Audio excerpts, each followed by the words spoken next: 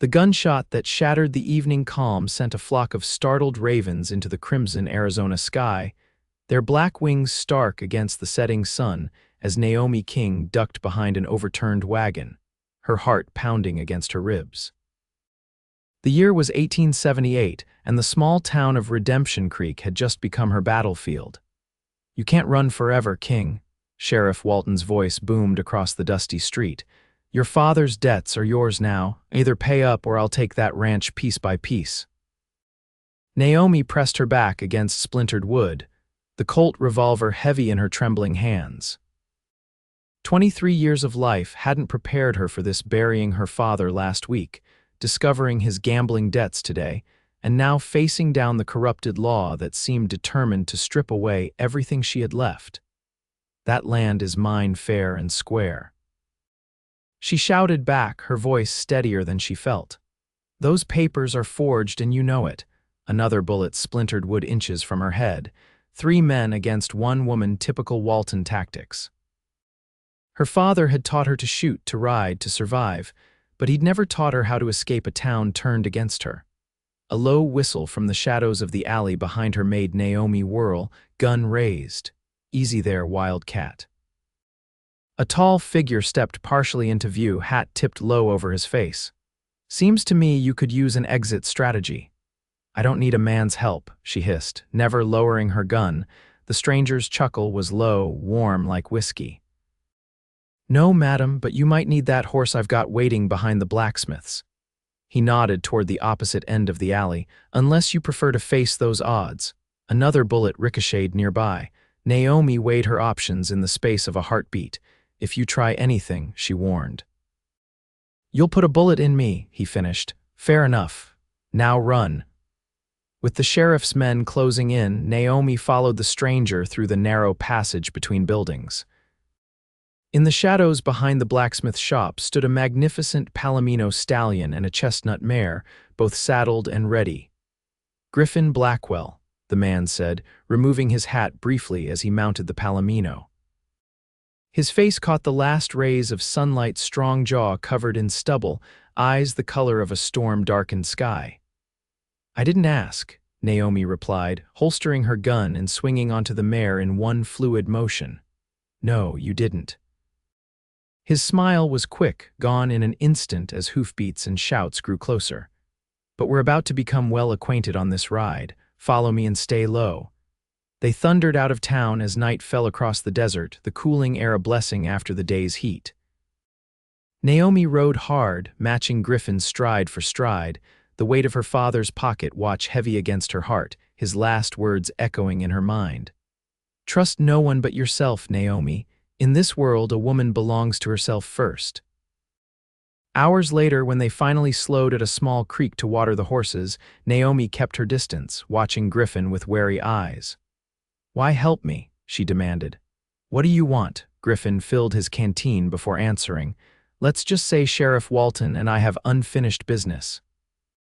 "Helping you irritates him considerably." "I'm not a pawn in whatever game you're playing." "No," he agreed, studying her with unexpected seriousness. "You're clearly the queen," Naomi scoffed. "Save your charm for saloon girls, Mr. Blackwell. It's just Griff."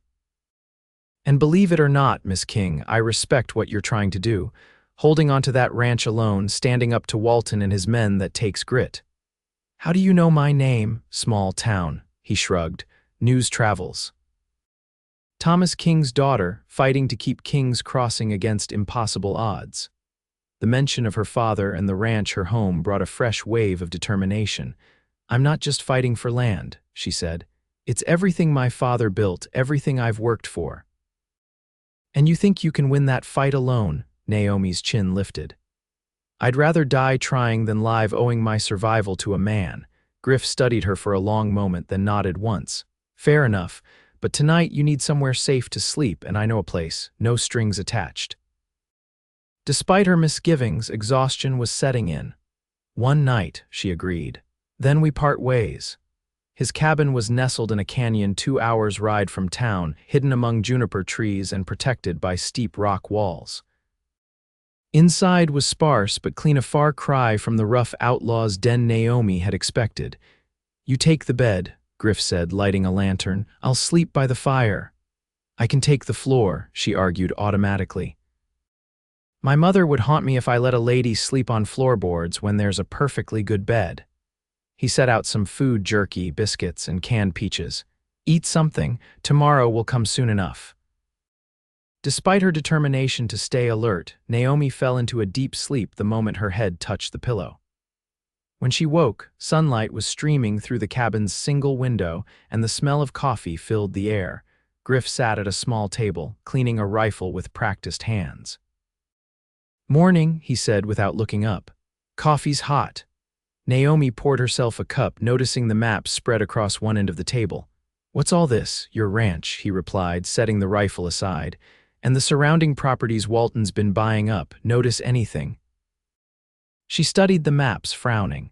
These water rights. Wait, King's Crossing controls the only year-round spring that feeds into 3 valleys.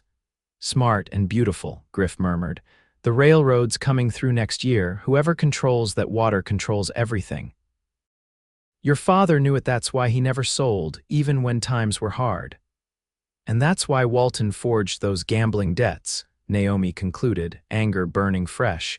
He needs my land to control the entire region, not just Walton. He's working for Eastern investors, men who have never set foot in Arizona territory but plan to own half of it. She looked up sharply. How do you know all this? Something dark flashed across Griff's face. Let's just say I've been tracking these men for a while. You're not just some cowboy, are you? His smile didn't reach his eyes. I'm whatever I need to be to get the job done. Naomi set down her coffee cup with a decisive click. Well, Mr. Whatever you need to be, I appreciate the help, but I need to get back to my ranch. My foreman and hands are probably worried sick. If they're still there, Griff cautioned. Walton's not known for his patience. Fear clutched at Naomi's heart. All the more reason to return immediately. Not through the main roads, Griff warned, rolling up the maps. Walton will have men watching. I know every back trail on that range, she countered. I grew up there. Then we leave in 10 minutes. Naomi crossed her arms. I said thank you. That doesn't mean I need an escort. Griff stood, towering over her. Miss King, I'm not letting you ride into a potential ambush alone. Not because you're a woman, but because 2 guns are better than 1. You can hate me afterward if you'd like. The ride to King's Crossing took most of the day, following game trails and dry creek beds. They approached from the west, using the cover of a pine forest that bordered the northern edge of her property. When the ranch house finally came into view, Naomi's blood ran cold. 2 unfamiliar horses were hitched outside and no smoke rose from the chimney. Something's wrong, she whispered. Miguel always keeps a fire going, even in summer. Griff handed her a spyglass. Check the barn. Through the lens, Naomi could make out 2 of Walton's deputies lounging by the corral. Of Miguel and the other ranch hands, there was no sign. They've taken over, she said, fury building inside her. They've run off my people, or worse, Griff said grimly. Wait here, like hell I will, Naomi snapped. That's my home, his eyes locked with hers. Then we do this smart. We need to find out what happened to your people first, before we make any moves. As dusk fell, they circled around to the line shack half a mile from the main house. To Naomi's immense relief, lamplight glowed from inside, and when they approached cautiously, she recognized Miguel's voice. Miss Naomi, the old foreman embraced her when she slipped through the door. Gracias a Dios, we thought they had caught you. The small shack was crowded with the remaining ranch hands, only 5 of the original 8. Miguel quickly explained how Walton's men had come the previous day, armed with papers claiming ownership of the ranch. When the hands had resisted, there had been shooting. Tomás and Felipe, Naomi asked, noting their absence. Miguel crossed himself. Tomás is dead. Felipe took a bullet in the shoulder. Rosa from the McAllister place is tending him. Naomi sank onto a bench, guilt washing over her. This is my fault. I should have been here. You'd be dead too, Griff said bluntly.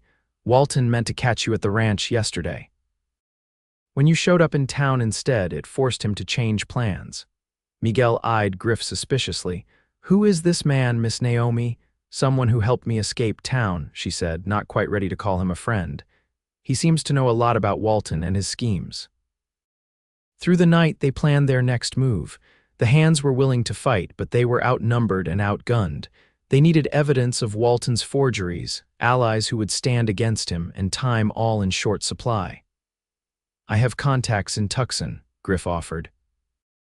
"A federal marshal who's been building a case against these land grabs. If we can get proof to him, that could take weeks," Naomi interrupted. "By then, Walton will have destroyed everything." "There's another way," Miguel said hesitantly. "The water rights papers. Your father kept all the original deeds in a lockbox. In his study," Naomi finished, "behind the painting of my mother, which is now under guard in the main house," Griff pointed out. Naomi stood, decision made. "Then I'm going in tonight." "Not alone," Griff said, rising to his feet. "I never asked for your protection." "Good, because I'm not offering it." His voice was steel.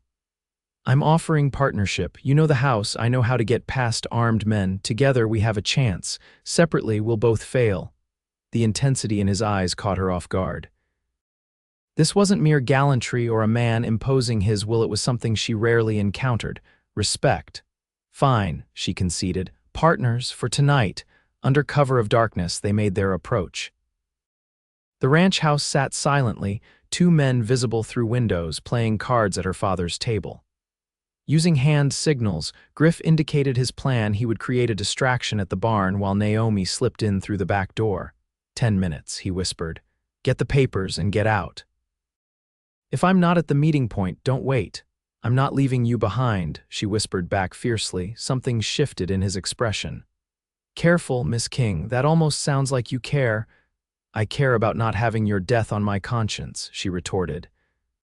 His laugh was silent, just a shake of his shoulders. 10 minutes, be careful." The distraction, a small fire set in the hay storage away from the animals, worked perfectly.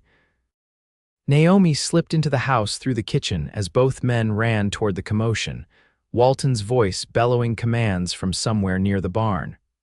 Her father's study was undisturbed, almost as if waiting for his return. With shaking hands, Naomi moved the painting and opened the hidden wall safe, her heart pounding so loudly she feared it would give her away. The lockbox was where it had always been. Just as she secured the papers, heavy footsteps approached the study. Naomi ducked behind the desk, drawing her revolver. The door creaked open, "It's clear." "The girl isn't," the deputy's words cut off as Naomi rose, her gun aimed at his chest. "The girl is right here," she said quietly. "Drop your weapon." The man's hand moved toward his holster. "I wouldn't," came Griff's voice from behind him, the cold press of steel against the deputy's neck emphasizing the point. "The lady's a crack shot, and I'm not feeling particularly merciful tonight." They bound and gagged the deputy, leaving him in the study. Outside, the barn fire had been contained, but the commotion provided cover for their escape. They rode hard for the lined shack, the precious documents secure in Naomi's saddlebag. By dawn, they were 10 miles from the ranch, heading toward Tucson with Miguel and two of the hands. The papers proved what they had suspected. Naomi's father had legal rights not just to the land, but to water that served 3 counties. Furthermore, his personal journal detailed threats from Walton dating back months before his death. Was it really heart failure? Naomi asked quietly as they made camp that night, the question that had haunted her finally spoken aloud. Griff's face was grim in the firelight. "I can't say for certain, but men like Walton rarely leave loose ends." Tears she had held back for too long finally spilled over. "He was all I had." Without a word, Griff moved to sit beside her, his arm a tentative weight across her shoulders. "Your father would be proud of you, Naomi. Not many would fight as hard as you have." "I'm fighting because I don't know how to surrender," she confessed. "This land is the only home I've ever known." "Some things are worth fighting for," he agreed, his voice low. "Some people too." She looked up at him, suddenly aware of how close they were. "Why are you really helping me, Griff? What's your stake in all this?" Pain flickered across his features. 3 years ago, I had a spread near Silver Springs, smaller than yours, but good land. Men like Walton came with papers, lawyers, and guns when I wouldn't sell. When it was over, my brother was dead, and I had a bullet in my shoulder and a price on my head for a murder I didn't commit. So this is revenge, Naomi said softly. Justice, he corrected. And maybe redemption. I couldn't save my land, but maybe I can help save yours. Something shifted between them in that moment, a recognition of shared wounds, shared purpose. Get some sleep, he said eventually, moving away. Tomorrow will be a long day. Tucson was 3 days' hard ride, but Federal Marshal James Cooper proved worth the journey. The evidence Naomi provided, combined with Griff's testimony and similar complaints from other ranchers, was enough to issue warrants for Walton and his associates. It will take time to build the full case, Cooper warned them in his office. These men have powerful connections. Miss King, you understand that returning to your ranch now would be dangerous. I'm not abandoning my home, Naomi insisted. No one's suggesting that, Griff interjected. But we need to be strategic. Cooper, how long before you can move on these warrants? 2 weeks, minimum. I need to coordinate with territorial authorities, gather more witnesses. 2 weeks felt like an eternity, but Naomi recognized the necessity. They spent the time gathering allies, other ranchers who had suffered similar intimidation, merchants whose livelihoods depended on independent landowners rather than corporate interests, even a newspaper editor willing to print the truth about the land-grabbing schemes. Throughout it all, Griff remained by her side, his presence becoming something she relied upon more than she cared to admit. They argued frequently, his caution against her impetuousness, her transparency against his tendency toward secretiveness, but beneath the friction grew a foundation of mutual respect that surprised them both. You ride like you were born in the saddle, he commented one evening as they returned from visiting a neighboring rancher. Most women I know prefer carriages. Most women you know probably weren't raised by Thomas King, Naomi replied. My father believed a person should be judged by their abilities, not their gender. He taught me everything he taught the hands. A progressive man. A practical one. After my mother died, he needed help running the ranch. I was what he had. She smiled at the memory. He used to say, Naomi girl, in this world, you'll be told what you can't do because you're a woman. Your job is to prove them all wrong. Sounds like I would have liked him, Griff said. He would have been suspicious of you, Naomi laughed. He didn't trust charming men. You think I'm charming, Griff's grin was teasing. I think you can be when it suits your purposes, she retorted, but there was no bite to her words. The night before they were to return to King's Crossing with Marshal Cooper and his deputies, Naomi found Griff alone on the hotel's small balcony, staring at the stars. Couldn't sleep, she asked, joining him at the railing. Too much on my mind. He glanced at her, then back at the night sky. Tomorrow changes everything, if we succeed. When we succeed, he corrected, Walton's days of terror are ending. And then what? The question that had been circling in her mind for days finally emerged. What happens after justice is served, Griff? He turned to face her fully. That depends. On what? On you. His voice softened. I've been thinking about your ranch. Wariness crept into Naomi's posture. What about it? It's too much for one person to manage alone, even someone as capable as you. Her defenses rose immediately. If you're about to suggest I need a husband to help me run my own property, that's not what I'm saying. Griff held up his hands. I'm saying you need a partner, a business partner, someone with experience in ranching who respects that the land is yours. And you're volunteering. Skepticism colored her voice. I'm proposing an arrangement, my skills and labor in exchange for a small share of the profits, not the land itself. You remain the sole owner of King's Crossing. Naomi studied him, searching for the trap. Why would you settle for that? Most men would want ownership. I'm not most men. His gaze held her steadily. And I've seen what you can do, Naomi King. I'd rather work with you as an equal than own something without you in it. The sincerity in his voice caught her off guard. I don't know what to say. You don't have to say anything tonight, he smiled slightly. Think about it. After tomorrow, after Walton, you'll have time to consider all your options. As dawn broke over Redemption Creek, Marshal Cooper's posse surrounded the sheriff's office while Naomi and Griff approached the ranch. The confrontation they had prepared for weeks came to a surprisingly anticlimactic end. Walton, facing federal charges and abandoned by his Eastern backers once their scheme was exposed, surrendered with little resistance. Standing on the porch of her home once again, watching as Walton was led away in handcuffs, Naomi felt a complex mixture of emotions: relief, vindication, grief for her father who hadn't lived to see justice done, and uncertainty about the future. "It's really over," she murmured as Griff came to stand beside her. "This part is," he agreed. "The rebuilding begins now." The ranch had suffered during her absence. Fields needed tending, cattle had scattered, and repairs were needed throughout the property. The returning hands were eager to work but fewer in number than before. As the marshal and his men prepared to depart, Cooper approached Naomi. "Miss King, the territorial governor has been informed of your situation. There will be an official inquiry into all of Walton's activities, including your father's death." "Thank you, Marshal," Naomi said. "What about Mr. Blackwell? Will his name be cleared?" Cooper nodded. "Based on new evidence and testimony, the charges against him in the Silver Springs incident will be reviewed. I'd say his outlaw days are likely behind him." When they were alone again, Naomi found Griff in the barn tending to his palomino. "So," she said, leaning against a post. "A free man with no price on his head, you could go anywhere, start fresh." He continued brushing the horse, not meeting her eyes. "I could.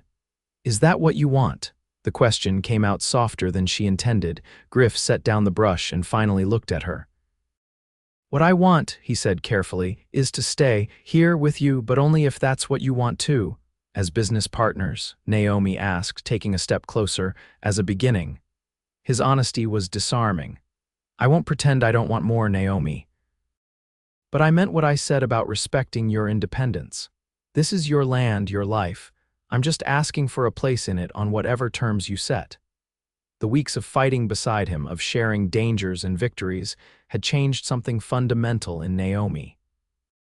The vow she had made after her father's death to never surrender her independence to any man still held true, but perhaps independence didn't have to mean solitude. "I've been thinking about your proposal," she said, moving to stand directly before him. "A partnership. And—" His voice was carefully neutral, but hope flickered in his eyes. "I think we'd need very clear terms," Naomi stated. "Equal say in ranch decisions. My name remains on all property deeds. Of course." And she continued, her heart racing, "If this partnership were to evolve into something more personal, the same principles would apply. I will never belong to any man, Griff, not even you." His expression softened, understanding dawning. "I would never ask you to." "Then what would you ask?" Griff reached out slowly, giving her time to step away if she chose. When she didn't, his hand gently cupped her cheek.